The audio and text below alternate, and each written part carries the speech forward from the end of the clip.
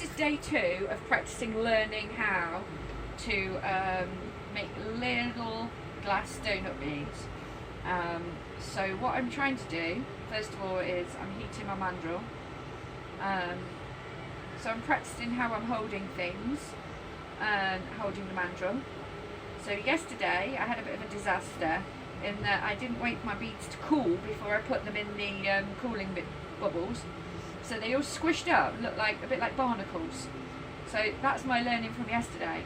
But what I did discover yesterday is that I had done the bead release right, because all of the beads came off and none of them broke, even though they look like barnacles.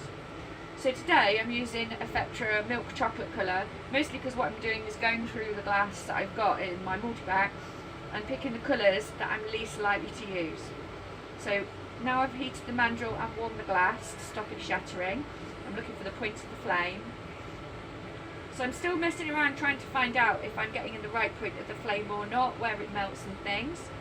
And I'm still working a lot on making sure I rotate my mandrel. Making sure I've got that 90-degree angle between the glass and the mandrel ready to wrap round. So what I'm trying to do is make sure that I get a similar quantity of glass each time on the mandrel so that I'm working for a consistent size.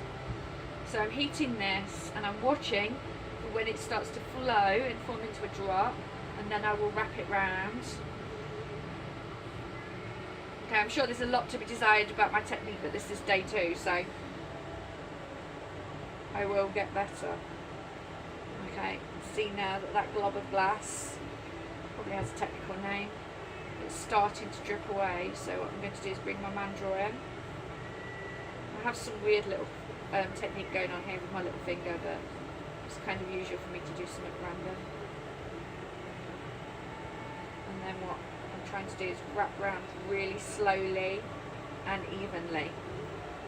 Now the thing I'm struggling with today, and yesterday too, is when I've put the amount of glass I want onto my mandrel, is removing the glass. I seem to get a big pull. Just heat that up and leave it ready for next time. So what I'm doing now is rotating and trying to even this up.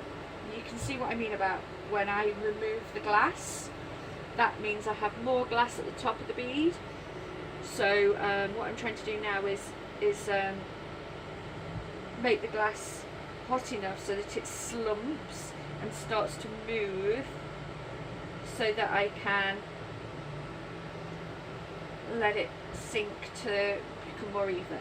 So I watched a YouTube video yesterday about how you can take your time, and it's about knowing where to stop and let the glass move, so not to rush. That's one of my hardest things not to do, is rush, because I want everything to be done now.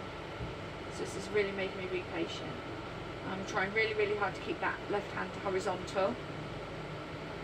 As you can see, it's starting to form a bit more of a round shape now. But ideally, that the bit towards the flame at the moment is a lot narrower. So what I'm trying to do is heat the glass a little bit more, and gradually I want the glass to flow around. Okay, I've got a lot of knowing what I want to happen in my head. But as I say, I'm learning at the moment. I'm just trying different things from YouTube tutorials. You can hear the extractor fan going in the background. There we go, that's looking a lot more even. Okay, I'm getting quite pleased with that now. You can see that it's quite round. Now yesterday, as I say, I was much too eager and I was plunging them red hot into the cooling bubbles, and they all came out looking like barnacles, and I thought, oh. So today I'm learning that what I have to do is let it cool down gradually, wait for it to stop glowing. Thanks Nikki for that one.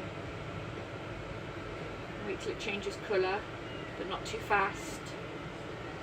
Okay, so I'm gradually letting it move away from the flame. I'm keeping my rotation going, because what I don't want it to do while it's cooling is lose that shape. Okay, I'm pretty happy with the consistency of that. It seems pretty smooth, pretty round. So I'm going to drop that into the cooling bubbles. When I take them out later, I'll see if my consistency is good today. So this is the 5th bead I've done today, on day 2. and I will put the photos of the finished beads up later. Okay,